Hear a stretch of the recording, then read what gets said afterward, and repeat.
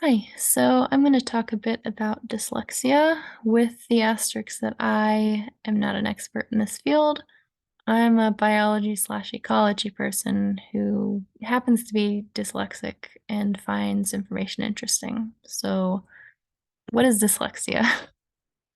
Dyslexia is a learning disability characterized by difficulty reading. It's neurobiological in origin, it's heritable. It's about 1 in 5 people are dyslexic, though the severity varies from person to person. So not every dyslexic person is horrifically dyslexic. Dyslexia is also a spectrum disorder. So most people will have some level of impairment when it comes to reading. But if you're struggling past a certain threshold, you're considered to be dyslexic. And not every dyslexic person has the same symptoms. It's dyslexia is a kind of catch-all for people with reading issues. It also co-occurs with other spectrum disorders like ADHD, dyscalculia, dysgraphia, dyspraxia, and autism. Dyslexia is neurobiological in origin, so it's a physical problem in the brain. It's not caused by low intelligence, poverty, developmental delays, hearing or speech impairment, speaking in a non-native language. It's because physically the processes in the brain are different to a non-dyslexic person. So there's significant differences in brain scans between dyslexic and non-dyslexic readers. I don't feel qualified to talk about those deficiencies or those differences, but you see deficiencies in areas that aid in phonological, which would be sound language association, and orthographical, which would be spelling systems, those information pathways. And you also see greater activity in other areas of the brain to compensate for these deficiencies. And if you're a kid or a person with dyslexia, you can improve on those deficient areas, but dyslexia cannot be cured. So let's talk about the types of dyslexia. You can have phonological dyslexia, which is difficulty in matching sounds to symbols and breaking down the sounds of language. So a person with phonological dyslexia might recognize the shape of words. So they have their sight words, but they struggle to sound out unknown words. And they might also struggle with changing words. So if you talk to a kid with phonological dyslexia and you say, okay, you know the word split. Take the L out of split. What does that make? And they might really struggle to come up with spit because you're taking a shape that they know and turning it into something unknown, and it's not an automatic process for them. So they're struggling to decode the language and sound out words. Then we have rapid naming dyslexia, which is characterized by struggling to identify colors, numbers, letters, objects when presented to them. So they know what the words are. The difficulty is in retrieving the correct word in a timely manner. So the processing speed, the delay in the processing, inhibits fluidity of reading. So you're struggling to read because you don't have an automatic association between language and words. Then we have surface slash visual slash dyslexic dyslexia, which is a visual memory problem. So a person with surface dyslexia can sound out new words with ease, but they fail to recognize sight words. So words that they're seeing all the time, like the or are not being categorized as something to be automatically recognized. So they have to sound them out every single time. And they might also struggle with words that are spelled differently to how they sound. And what's happening is the brain is failing to recognize a word in order to process it, and the delayed association, and you get a delay in association between the word and the mental picture. So if you're a non-surface dyslexic person, you see cow and automatically you think cow.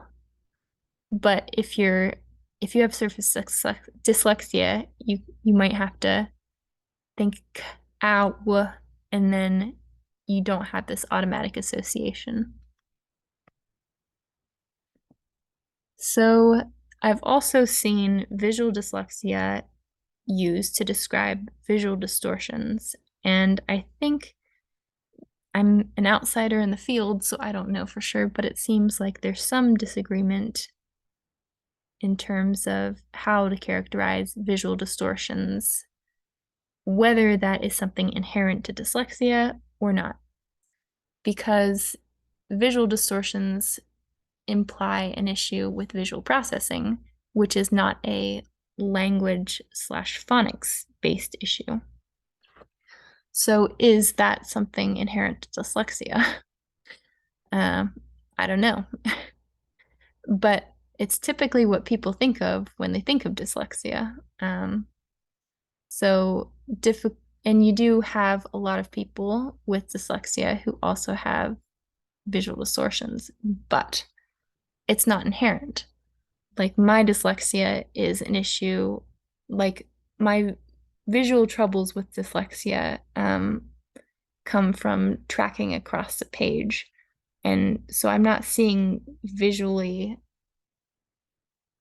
letters or numbers reversing or moving or anything. I'm just not processing information right. um, but if you have visual distortions, they can come from difficulty in discriminating letters. So reversing, rotating, inverting letters. You can also have visual sequence difficulties, which is a short-term memory issue. So you're seeing these letters, God, but you're processing it as dog, or you're seeing kitchen as chicken. You can also have tracking difficulties like what I have, letters jumbling and moving around, blurring of text. I think it's also worth noting that people who write letters reversed or inverted or in any way not typical, it doesn't mean that's the way that they're seeing them. Because if you make me write quickly based on trying to translate just words into language, I will write you a sentence that does not make sense. I will write my letters backwards and upside down, but I'm not seeing them that way. It's just my brain is struggling to translate ideas into physically what a word is supposed to look like. I've also seen Irlen syndrome/visual stress, which is a visual processing problem that comes from contrast of black text on a white page. So again, it's not a language/slash phonics based issue. It can cause headaches, eye strain, visual distortions, reversal of letters, blurring of text, that sort of thing. So it's a contrast problem. So just interesting information. I'm not completely sure what to make of that, but there you go. Then we have double deficit dyslexia, which is struggling with any combination of the things that we previously talked about. And it's not uncommon to have more than one struggle. And phonological and rapid naming dyslexia often co-occur. And that's what I have. There are other symptoms of dyslexia. So dyslexia is a neurobiological problem. It's a different structuring to the brain, and that has other symptoms because reading is not something inherent to being a human being. So it's a symptom of a brain structure issue. So other dyslexia, so some dyslexia related symptoms can come from reading.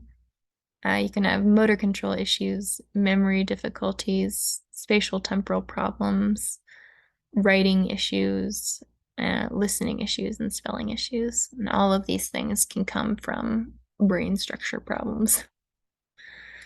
That's probably not a nice way to say it. But I don't know, I'm just doing this for fun, so I'm not being overly strict. So, as you can see, dyslexia is more than just a reading problem. The reading problem is symptomatic of a brain that's wired differently. So, processes that would be automatic to other people are being delayed or inhibited. I think I've heard it described as like a filing system that is completely unorganized. So you have to sort through the information in order to get it out there. But what it feels like to me is that the information is locked somewhere in my head, and if I shake the ball that is my brain hard enough, the information eventually comes out. But it's very, very annoying. And you can improve your deficiencies if you are dyslexic, but dyslexia cannot be cured. So yeah, that's a little bit about dyslexia. I hope you learned something.